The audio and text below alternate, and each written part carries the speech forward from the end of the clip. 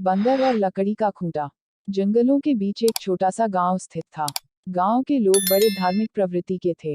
उनका पूजा पाठ में अटूट विश्वास था। गांव में उन्होंने कई मंदिर बनवा रखे थे। उन्होंने जंगल में भी मंदिर बनवाने का निश्चय किया। शीघ्र ही जंगल में मंदिर का निर्माण कार्य प्रारंभ हो गया। गांव के कारीगर उस कार्य में लगवाए गए, जो दिन भर काम में जुटे रहते। निर्माण कार्य सुबह से लेकर शाम तक चलता था। सुबह से शाम तक कारीगर वहां काम करते। बस दोपहर को भोजन करने गांव आ जाया करते थे। उस समय में मंदिर में कोई न रहता था। रोज की तरह एक दोपहर सभी कारीगर भोजन करने गांव आए हुए थे।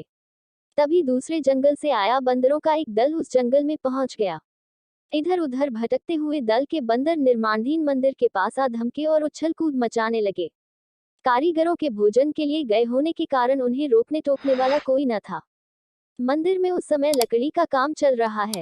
चीरी हुई शहतूत और अन्य लकड़ियां इधर उधर पड़ी हुई थी। कई शरारती बंदर लकड़ियों पर उछाल कूद मचाने जाने लगे। तब उनके सरदार ने उन्हें वहां जाने से मना किया, किंतु एक बंदर बहुत शरारती और हठी था।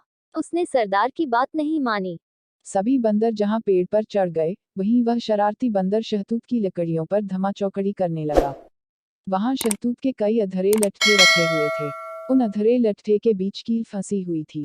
कारीगर भोजन के लिए जाने के पूर्व लट्ठों के बीच कील फंसाकर जाते थे, ताकि वापस आने के बाद उनमें आरी घुसाने में सुविधा हो।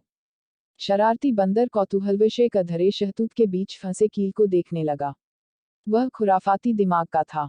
सोचने लगा कि यदि इस कील को यहाँ से निकाल दिया जाए, तो क्या होगा। फिर उसने देर नहीं लगाई और अधरे शहतूत के ऊपर बैठकर कील पर अपनी जोर आजमाइश करने लगा। बंदरों के सरदार ने जब उसे ऐसा करते देखा, तो उसे रोका और चेतावनी देकर अपने पास बुलाने का प्रयास भी किया, किंतु हठी बंदर नहीं माना। वह दम लगाकर कील को खींचने लगा, किंतु कील नहीं निकली। बंदर भी हार मानने वालों में से न था। वह और जोर से कील को खींचने लगा।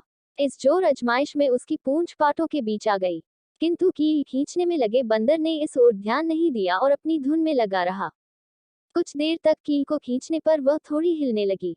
यह देख बंदर खुश हो गया और दुगुने उत्साह से कील को निकालने में लग गया। अंततः उसका प्रयास सफल रहा और अंत में जोर के झटके के साथ कील बाहर निकल गई। किंतु जैसे ही कील बाहर निकली, अधरे पाट आपस में आ मिले और बंदर की पूंछ उसमें दब गई। बंदर दर्द से चीख उठा। कराहते हुए उसने वहां से निकलने का बलपूर्वक प्रयास किया, किंतु नाकाम रहा। वह जितना दम लगाकर वहां से निकलने का प्रयास करता, उसकी पूंछ उतनी जख्मी होती जा रही थी। बहुत देर तक वह वहां फंसा तड़पता रहा। अन्य बंदर भी उसकी सहायता करने में असमर्थ थे। उन्हें उसे वहीं छोड़कर जाना पड़ा। वही फंस जाने से अत्यधिक रक्त बह गया और रक्त बह जाने के कारण बंदर मर गया।